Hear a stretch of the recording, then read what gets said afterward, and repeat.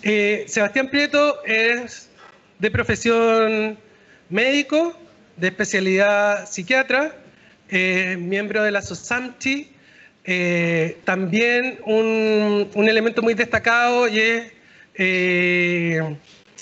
una de las razones por la cual le pedimos que nos echara una mano. Participó de un grupo muy selecto de gente que estuvo trabajando en el concepto de complejidad en los modelos de gestión de la red temática y de los centros de salud mental comunitarios.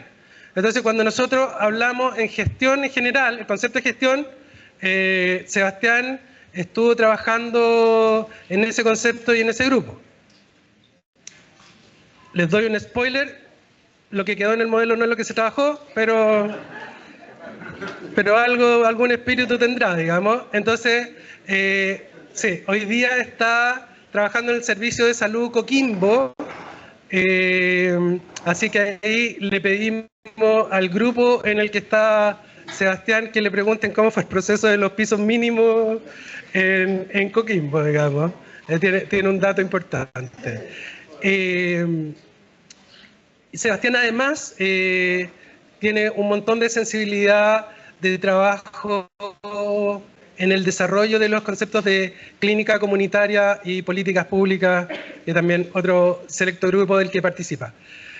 Por lo tanto, la invitación que le hicimos hoy día es a que nos compartiera los conceptos o elementos relevantes para hablar de complejidad, y la pregunta sería, ¿qué elementos del concepto de complejidad considera relevante a la hora de establecer procesos de cuidados y acompañamientos de calidad?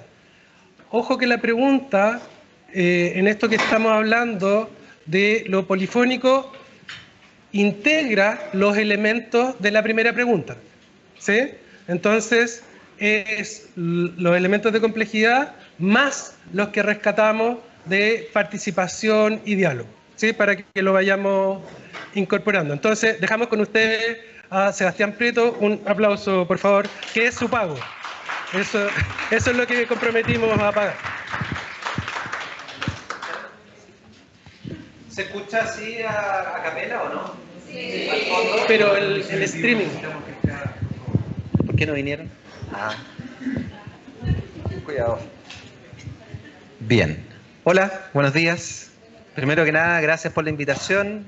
Un honor estar aquí, la verdad. Muy contento de volver a hablar de estas cosas. Como dijo Felipe, yo en este momento me dedico netamente a la gestión y en salud general.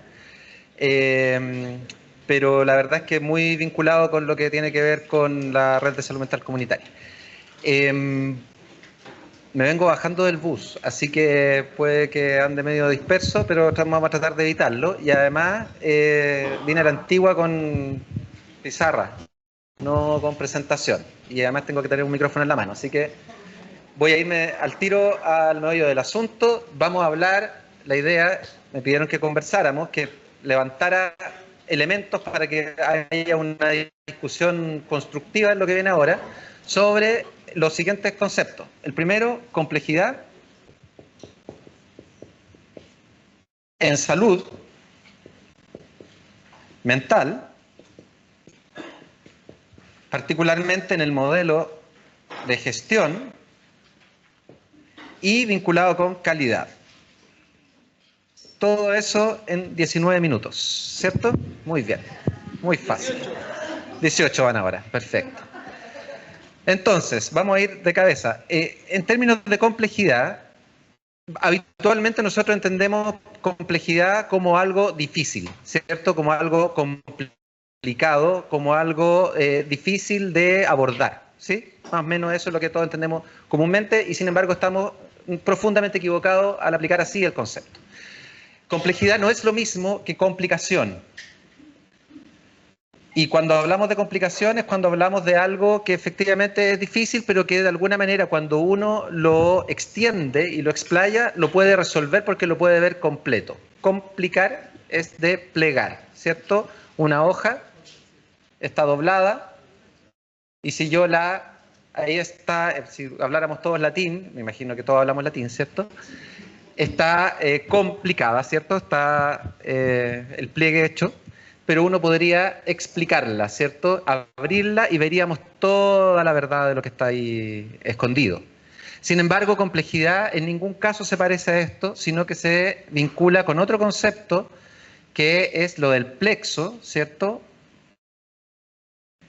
O plexus, para los que hablamos latín. Y este plexo tiene que ver con red. ¿Y qué significa red? Significa que es un entramado que está interconectado entre sí de manera absolutamente inexplicable. Uno no puede abrir esto. Si yo desarmo esta red, deja de ser la red que es. Por lo tanto, yo no puedo desarmar este plexo para poder entenderlo mejor. La única forma de poder abordar lo que tiene que ver con lo complejo es observando esta red en su conducta como red. ¿Sí? Entonces, la distinción entre lo difícil y lo complejo es fundamental para poder entender que aquí la aspiración y el objetivo que queremos alcanzar en ningún caso va a ser lograr comprender la totalidad de todo esto, sino poder acercarnos a una dinámica de funcionamiento de una serie de dimensiones que están interconectadas de manera absolutamente inseparables entre sí y que están influenciando una a la otra permanentemente. Esta idea viene evolutivamente, ¿cierto?, de la evolución histórica, ¿sí? Partió, no quiero entrar tanto en detalle, pero todos sabemos en la historia que vivimos un tiempo de oscura donde la religión era lo fundamental y el monoteísmo era la forma, y eso fue reemplazado por la ilustración, pero de una manera bastante monoteísta también, donde la ciencia y las ciencias básicas, básicamente, y particularmente la física y la matemática, tomaron el rol del Dios, que había dejado atrás la Edad Media. Sin embargo, post-revolución industrial y ya más recientemente con el posmodernismo y algunos teóricos de la sospecha que se les conoce, aparece la idea de que aquí tampoco hay un monoteísmo científico y es aquello a lo que tenemos que cuestionar. Por lo tanto, tenemos que ser politeístas, y me tomo de la polifonía que plantea Fernando, para poder abordar los elementos que están en aquellos fenómenos que nosotros llamamos complejos, y dentro de los fenómenos más complejos que existen son los fenómenos humanos y particularmente los de la mente humana. Entonces, ¿qué ha pasado? Que en salud, históricamente se ha tomado el concepto de complejidad como un concepto asociado a la densidad tecnológica, que fue con lo que tuvimos que pelear con algunos connotados colegas cuando trabajamos en los modelos de gestión. Cuando uno habla de complejidad, y esto es fundamental, en salud el concepto de complejidad tiene precio. Una cama más compleja que otra es más cara que otra. Una cama de la UCI vale más que una cama de la UTI, y una cama de la UTI vale más que una cama media, y una cama media vale más que una cama básica. Y eso, que ya es un elemento relevante, además se ha extendido a la red ambulatoria versus la red cerrada. Se dice que la red ambulatoria es menos compleja que la red cerrada. ¿Por qué? Porque tiene menos densidad tecnológica. En resumen, para no alargarnos, esto quiere decir que tengo más máquinas enchufadas para poder medirme cuáles son los parámetros y los elementos, y necesito más intervenciones desde el punto de vista biomédico, y por lo tanto esa cama es más cara. ¿Sí? Ese es el concepto habitual con que salud trabaja lo que es complejidad. ¿Nos parece prudente decir que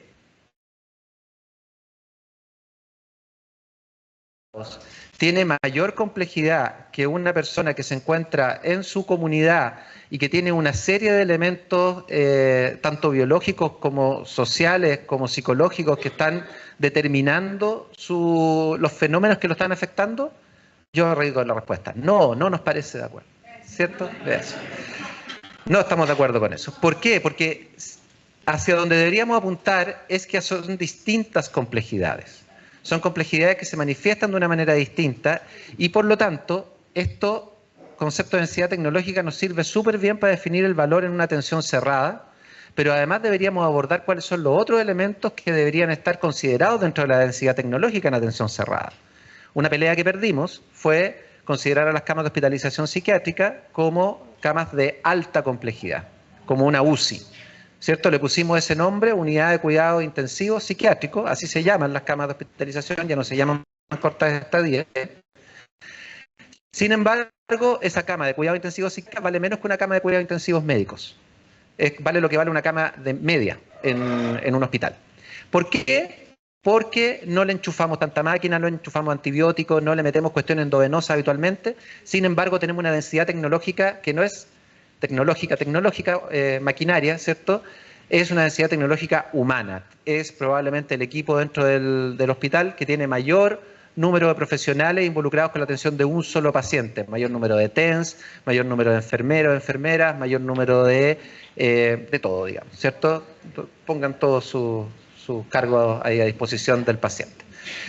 Entonces, esa es una primera derrota, pero además la principal derrota y la principal oportunidad, para ponerlo en concepto actual, ¿cierto? Oportunidad de mejora que tenemos por delante en vísperas de construir un nuevo Plan Nacional de Salud Mental, en vistas de poder armar un nuevo modelo de gestión, porque ya nos toca el 2025, es considerar que también la complejidad de los procesos ambulatorios es alta, pero debe ser abordada de una manera distinta, es una complejidad distinta.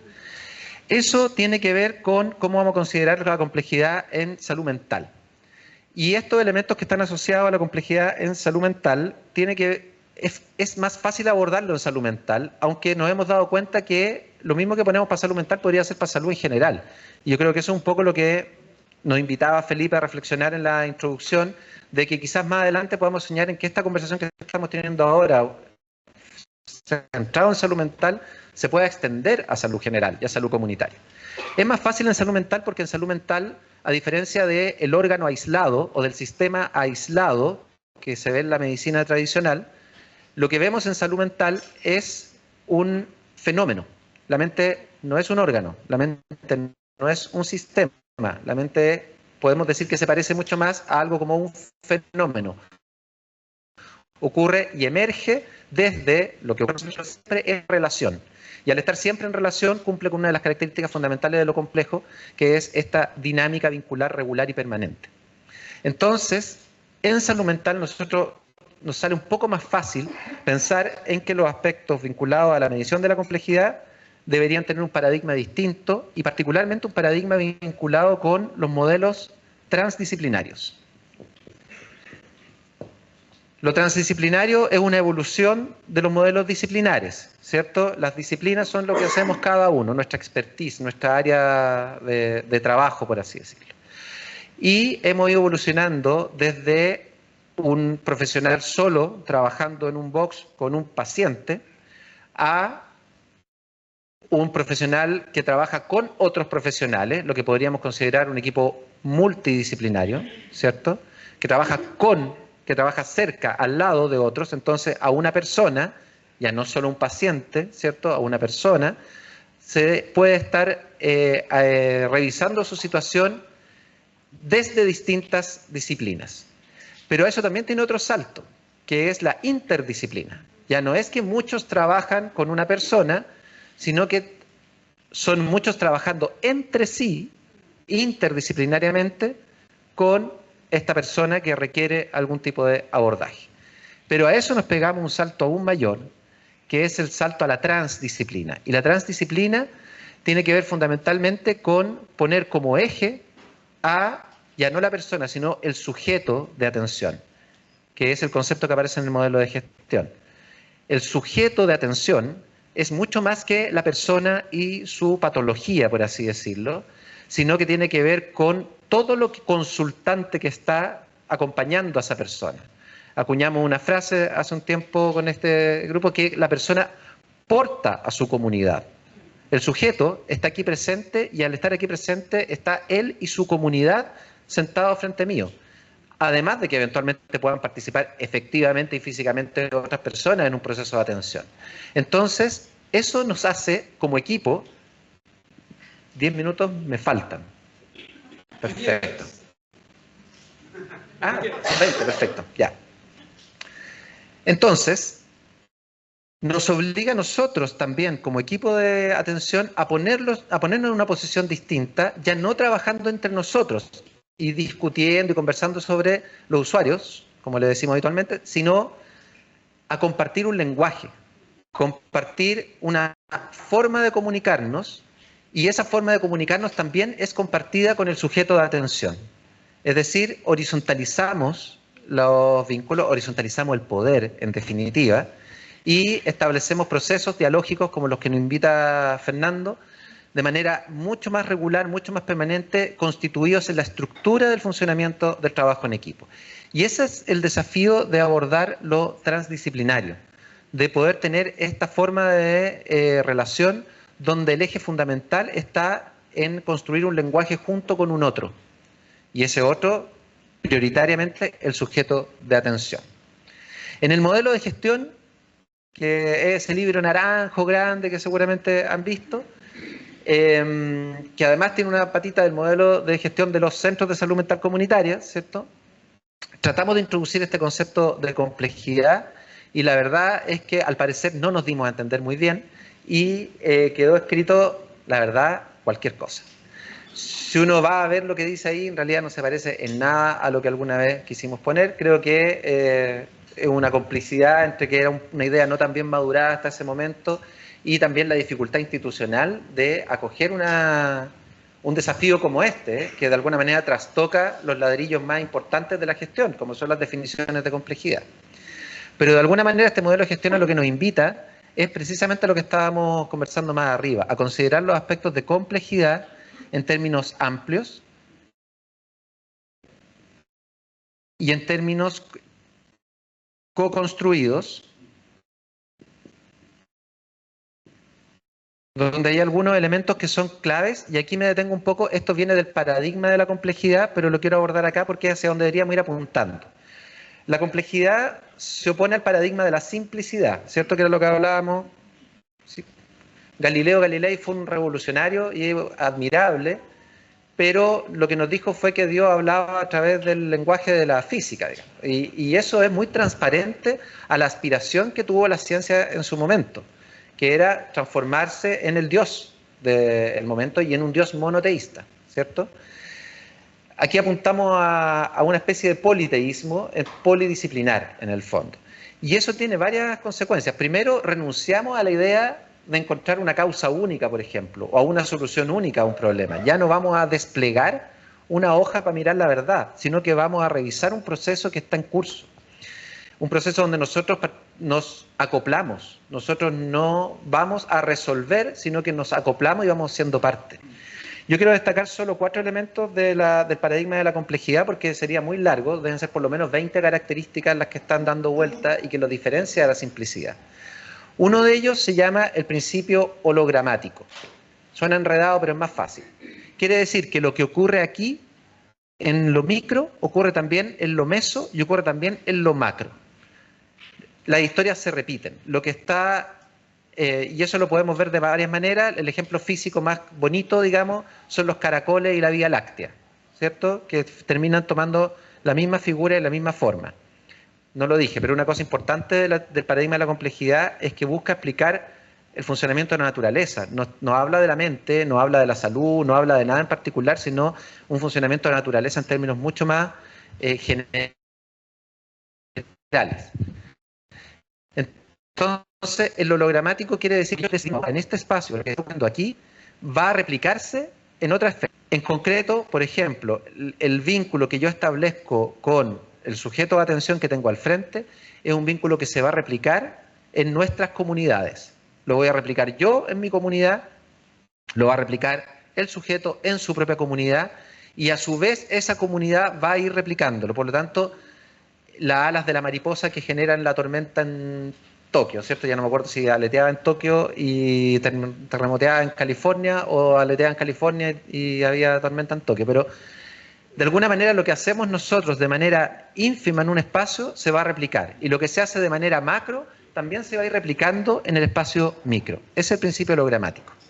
En segundo lugar, un aspecto fundamental es la situacionalidad o, como nos gusta más decirle en el lenguaje de salud, la territorialidad. Las cosas ocurren en un territorio, no ocurren de manera indiferenciada a los territorios donde están ocurriendo, por lo tanto tienen una pertinencia cultural. Si bien estos fenómenos se van replicando a lo largo, van adquiriendo formas distintas de acuerdo a los contextos y a los territorios donde esto se va desarrollando. En tercer lugar, la temporalidad. Y esto tiene al menos dos patitas. Una, que ocurre, al igual que ocurre en un territorio determinado, ocurre en un tiempo determinado. Pero además de un tiempo determinado, es influido por el futuro. Esto la física cuántica lo ha ido demostrando cada vez más, pero no nos vamos a meter en eso. No me refiero a cómo efectivamente el futuro puede estar influyendo ahora, que al parecer hay cada vez más evidencia de que se ocurre, sino más bien en lo que entendemos nosotros habitualmente como feedback, ¿cierto? Lo que yo hago ahora va a volver como forma de autorregulación en algún momento, y eso está ocurriendo permanentemente, no son en tiempos distintos. No es que yo ahora hago algo y en el tiempo 2 ese algo me va a afectar, porque también hubo una historia previa. Se forma un circuito reverberante donde permanentemente siendo influidos por las decisiones que hemos ido tomando, tanto hacia atrás como hacia adelante. Y por último, el cuarto punto, que es la continuidad. ¿Qué quiere decir continuo? Quiere decir que no es discreto. Esto ocurre permanentemente, segundo a segundo, como el tiempo. Esto no se corta. Yo no cierro la sesión, me voy a tomar un café, después vuelvo y ahí empiezo de nuevo. Esta cuestión es regular y permanente en el tiempo acotado, pero también es regular y permanente la proyección del tiempo hacia adelante. Y de ahí la relevancia también, para ir al tiro haciendo ahí el tejido con la presentación de Fernando, de mantenerse en un lugar, de estar presente, de estar ahí, porque muchas veces el solo hecho de estar y la presencia es la que va generando los cambios. Les recomiendo una película muy buena que se llama Días Perfectos, de Wim Wenders. Muy bonita, una joya. Solo el hecho de estar presentes puede ser el factor clave para que los cambios y para que la forma y la complejidad se vaya desplegando y los cambios puedan ir sucediendo. ¿Qué tiene que ver con esto, con calidad? Mucho tiene que ver. ¿Por qué? Porque la calidad históricamente se ha ido construyendo al alero de esta mirada tradicional donde la salud considera la complejidad. Por lo tanto, como nosotros hoy día estamos acostumbrados a medir complejidad, a medir calidad y a establecer los parámetros de calidad, tiene que ver con parámetros estándares, parámetros estables que pueden ser medidos en cualquier momento y en cualquier lugar como si el contexto prácticamente no existiera. Una sala de procedimiento es una sala de procedimiento y si no una sala de procedimiento no es una sala de procedimiento, digamos. Eso, en ese sentido es discreto, es dicotómico, es sí o no. Y así con cualquier ejemplo, digamos. En términos de la calidad y en términos de la acreditación, los procesos tradicionales miden los factores tratando de aislarlos, tratando de dejarlos aparte y hacerlos fácilmente medibles. ¿Qué pasa si nosotros esta transformación de considerar estos elementos de complejidad, por lo menos estos, ¿cierto? Sabiendo que hay muchos más, si nosotros obtuviéramos de ahí los aspectos de calidad, inmediatamente transforma la mirada de la calidad. Primero, nos obliga a que sean procesos participativos de construcción, a propósito de la interpelación de Felipe de cómo se establecieron los estándares en Coquimbo, ¿cierto? Deben ser procesos participativos, deben ser acuerdos, por ejemplo, pero eso es un ejemplo muy concreto. La calidad, para poder acceder a, por ejemplo, lo que conversábamos en el grupo, que un diálogo tenga suficiente profundidad, que un diálogo sea de calidad. ¿Cómo medimos que un diálogo es de calidad o no es de calidad? ¿Quién mide si un diálogo es de calidad o no es de calidad? ¿Es tan valioso 10 intervenciones en el mes instrumentales como una intervención en el mes que permite un diálogo de calidad transformador para ambas partes? ¿Cómo logramos medir eso? Y eso, la verdad es que hoy día probablemente no existan esas respuestas, y es una respuesta que probablemente no va a venir desde ningún experto, es algo que vamos a tener que co-construir, y quizás esa sea la invitación que tenemos hoy día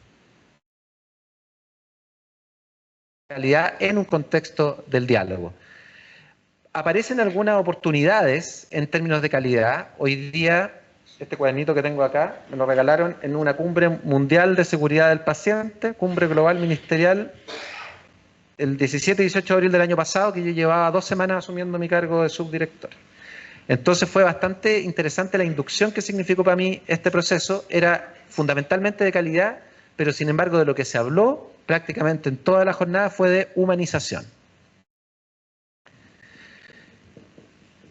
Un concepto que en lo particular a mí detesto, porque lo que implica implícitamente es que en algún camino esto se deshumanizó y hay que rehumanizarlo. pero al mismo tiempo me agrada porque es transparente en ese sentido, porque efectivamente eso es lo que ha ocurrido. Se ha deshumanizado la práctica y efectivamente al parecer es necesario rehumanizarla, y quizá levantar este concepto nos obliga, es un remesón de conciencia que nos dé un poquito de vergüenza para asumir que los estándares de calidad hoy día van a estar estrechamente vinculados con humanización. Este es un estándar que está en desarrollo hace hartas décadas en el mundo, y particularmente en Chile ha ido avanzando. Es probable que nos va a dar ciertas pistas y ciertas luces hacia dónde ir caminando en este contexto. La cagué, dije algo malo, ¿no? Ah, ya. Probablemente va a ser una luz, ¿cierto? Como para que nos va a alumbrar cierto camino, pero probablemente el camino, la meta final de ese camino no es la humanización. Probablemente la meta final de ese camino va a tomar otros cariz.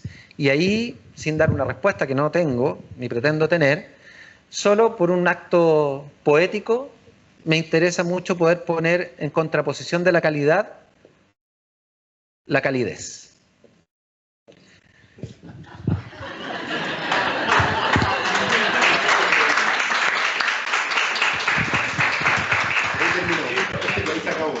Señor Gutiérrez, me va a molestar años con esta exclamación que acaban de hacer. Yo creo que es suficientemente buen cierre ese como para dejarlo ahí, ¿no? Sí, ya. Ok, muchas gracias por la atención.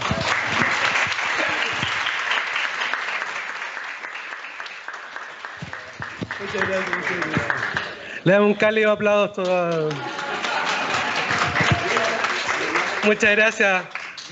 Bien, entonces la invitación ahora es, evidentemente, volver a la discusión y poder integrar estos elementos, ahí poner, evidentemente, este concepto de la complejidad como esto que está ocurriendo todo el tiempo en todas las dimensiones al mismo tiempo.